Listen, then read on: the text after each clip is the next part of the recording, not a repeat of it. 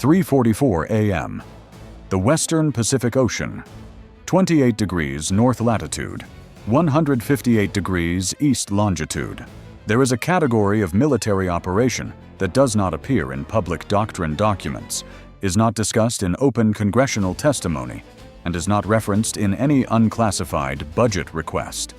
It exists in the space between peacetime surveillance and combat engagement, a zone where the rules are written in classified annexes, where the decisions belong to commanders who receive their authority through chains that run directly to the National Command Authority, and where the margin between deterrence and catastrophic miscalculation is measured not in kilometers, but in seconds and confidence intervals. The U.S. Navy calls this category of operation strategic anti-submarine warfare. For 9 days, the Virginia-class fast-attack submarine USS Missouri had been following a Type 094 Jin-class ballistic missile submarine at a distance that varied between 8 and 14 kilometers, depending on the bathymetric conditions. The Type 094 had departed its base at Yulun Naval Station on Hainan Island 12 days earlier, transited the Luzon Strait during a period of elevated maritime traffic that provided acoustic cover for its passage, and had been moving generally northeast through the Philippine Sea before turning east into the open Pacific 8 days ago. It was now positioned 1,800 kilometers northwest of Hawaii. The Type 094 carried 12 JL-3 submarine-launched ballistic missiles. The JL-3 is the maritime variant of the DF-41 land-based ICBM, a 3-stage solid-fuel missile with a range exceeding 9,000 kilometers and a multiple independently targetable re-entry vehicle package, carrying between 3 and 6 warheads per missile. From a launch position 1,800 kilometers northwest of Hawaii, the JL-3's range envelope covered every major U.S. city on the West Coast, every military installation in Hawaii, every airfield in Alaska, and a significant portion of the continental interior.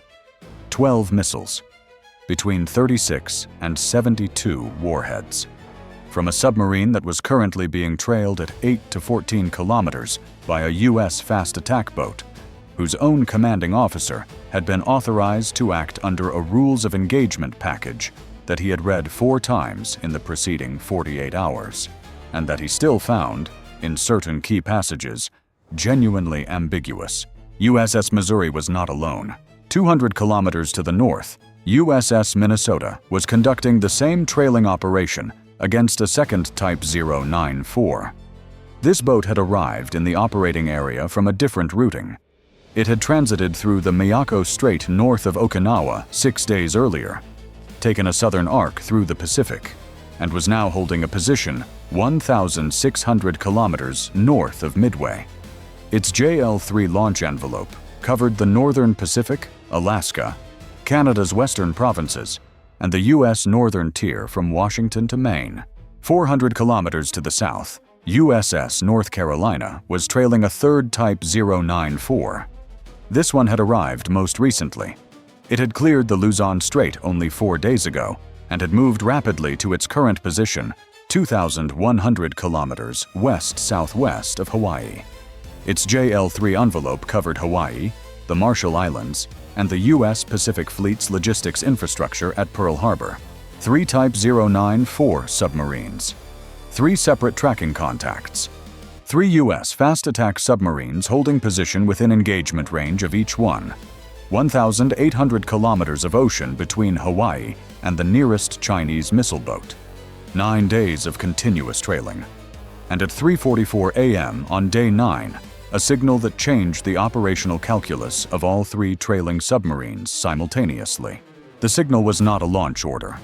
It was a pre-launch command authentication transmission.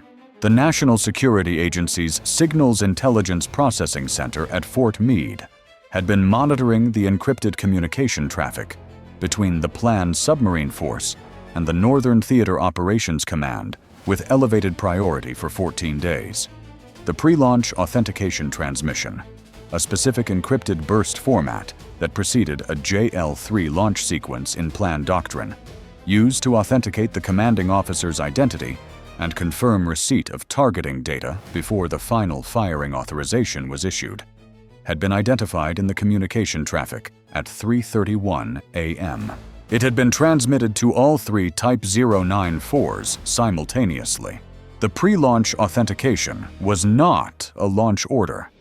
In plan doctrine, the pre-launch authentication preceded the firing authorization by a minimum of 18 minutes and a maximum of 47 minutes, depending on the commanding officer's response time and the communication window characteristics.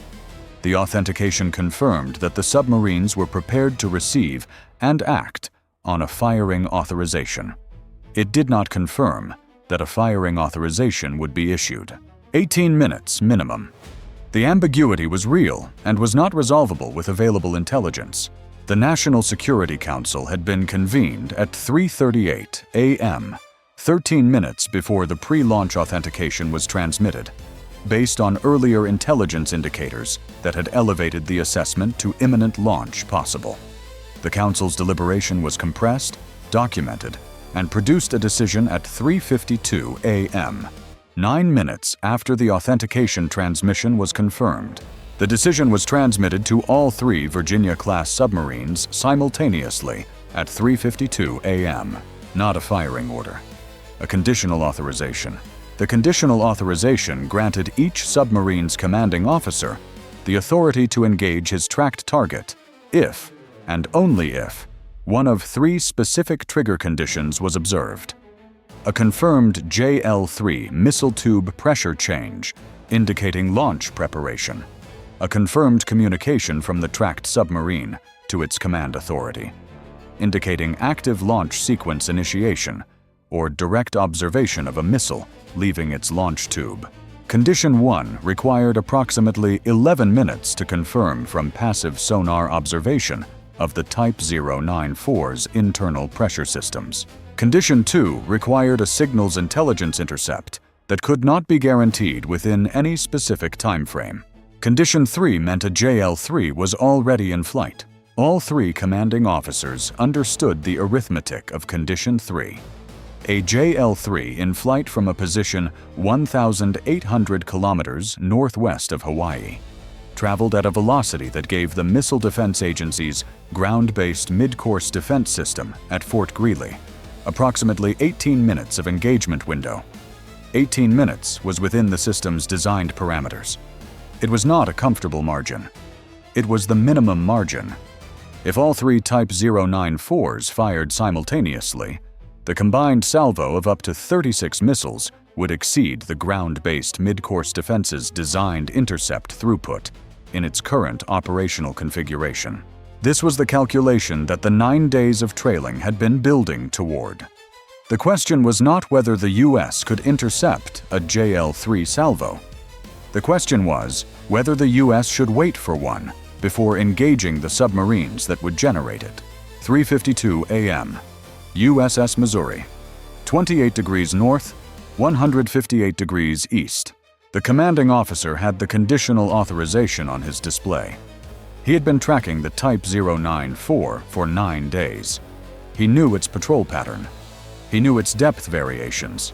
He knew from 9 days of acoustic signature analysis which of the Type 094's systems were active and which were in standby. He knew the difference between a submarine conducting routine, deep-water operations, and a submarine that was configuring itself for launch. At 3:54 a.m., he observed the first indicator. The Type 094's acoustic signature changed. A specific low-frequency vibration pattern, consistent with the missile tube pressurization sequence that preceded JL-3 launch, appeared in the passive sonar feed from USS Missouri's bow array. The change was small. It was within the noise floor for any single sensor.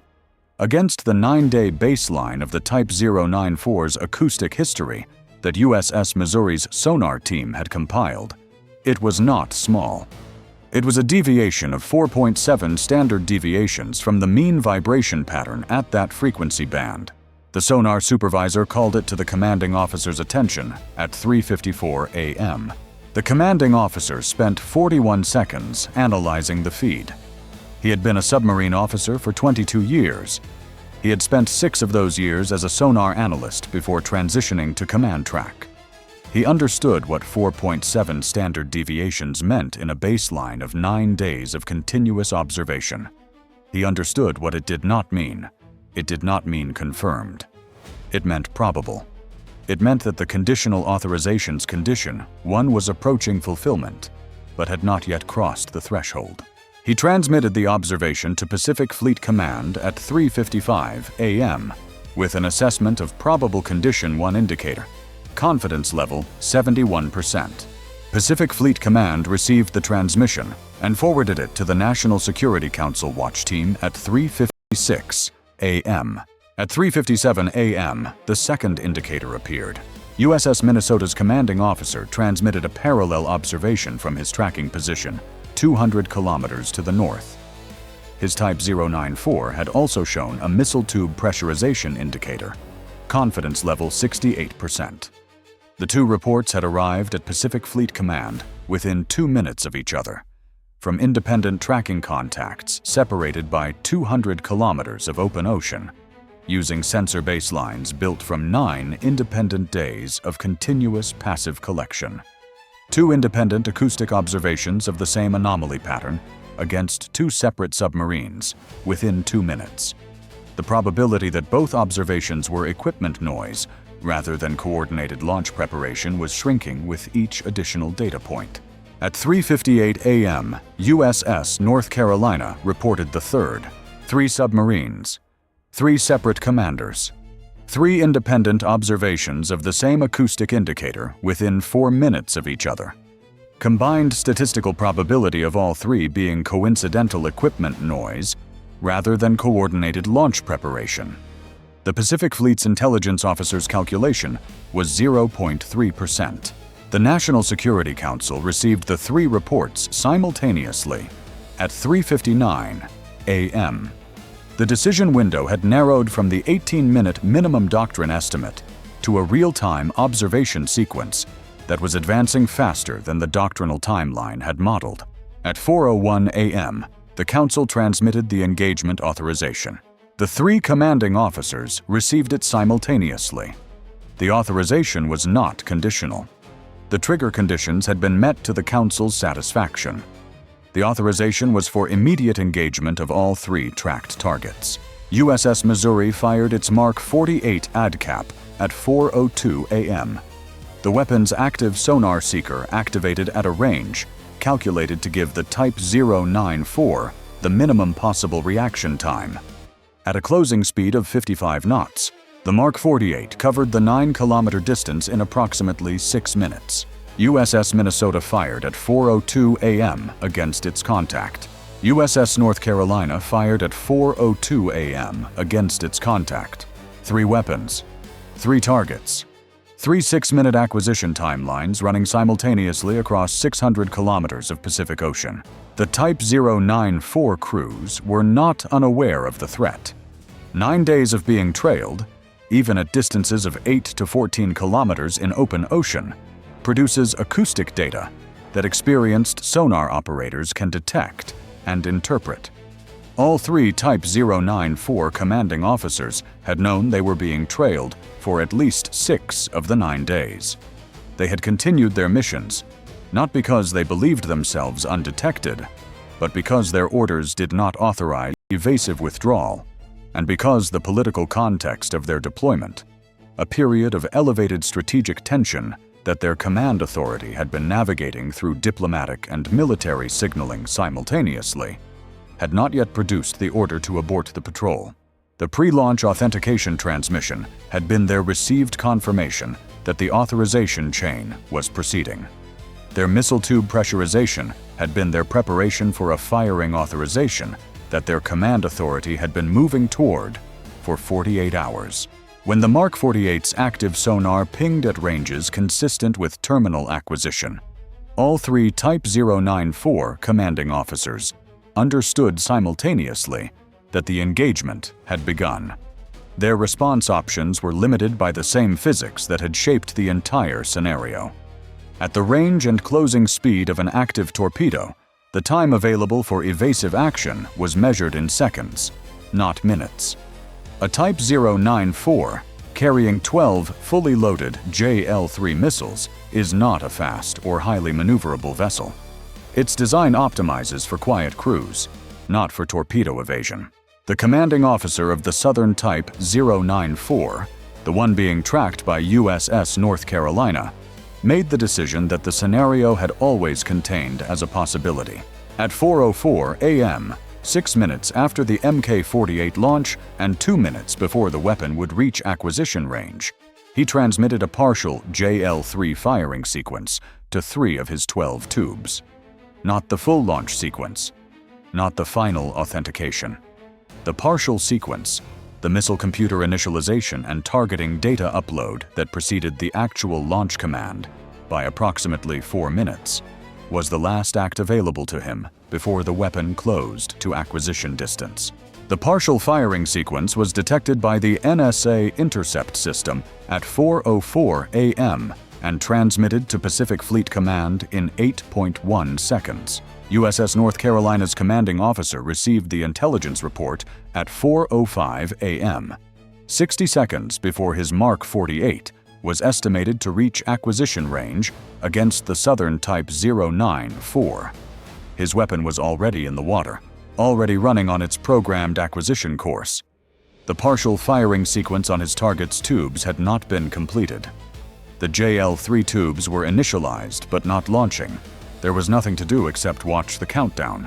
The Mk-48 ADCAP acquired the Southern Type 094 at 4:06 a.m. At 4:07 a.m., USS Minnesota's weapon reached acquisition against the northern contact. At 4:08 a.m., USS Missouri's weapon completed its run against the first contact. All 3 Type 094 submarines were rendered inoperable within a 6-minute window. No JL-3 missile was launched. The partial firing sequence initiated by the Southern Type 094's commanding officer had not progressed to the point of no return before the engagement concluded. The ground-based mid-course defense batteries at Fort Greely had been in tracking posture since 3:59 a.m. from the moment the engagement authorization was transmitted, prepared for the possibility that 1 or more JL-3s would be in the air before the Mk-48s reached their targets. The system had been generating intercept solutions for the probable JL-3 flight paths from the 3 tracked positions throughout the 6-minute engagement window. The intercept solutions were never released. The tracking posture remained active for 40 minutes after the last engagement was confirmed, processing the ocean's acoustic environment for any indication that a 4th submarine had been in the area undetected. There was no 4th submarine. The tracking posture stood down at 4:48 a.m. 4:09 a.m. USS Missouri. Combat Systems Compartment. The sonar supervisor had been in continuous watch for 11 hours.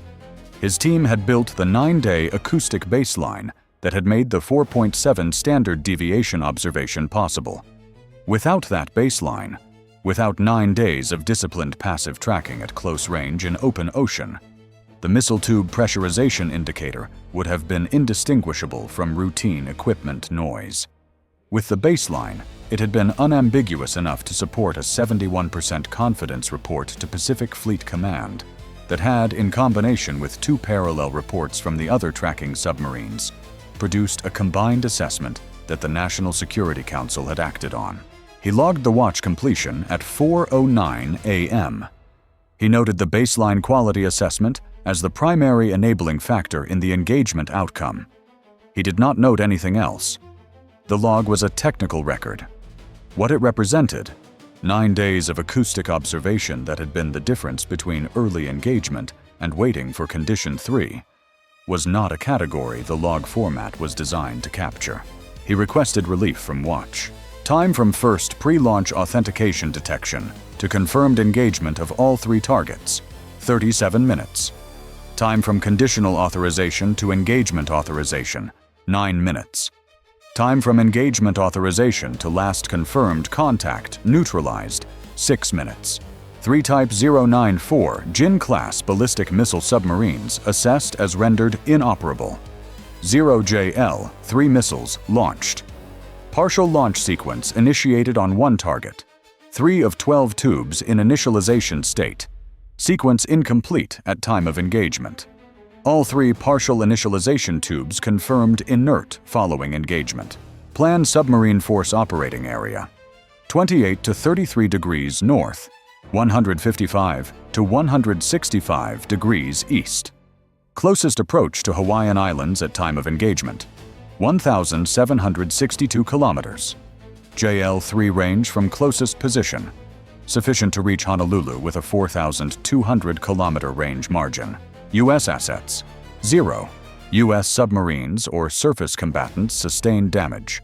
USS Missouri, USS Minnesota, USS North Carolina, all combat effective, all remaining in theater under operational security posture.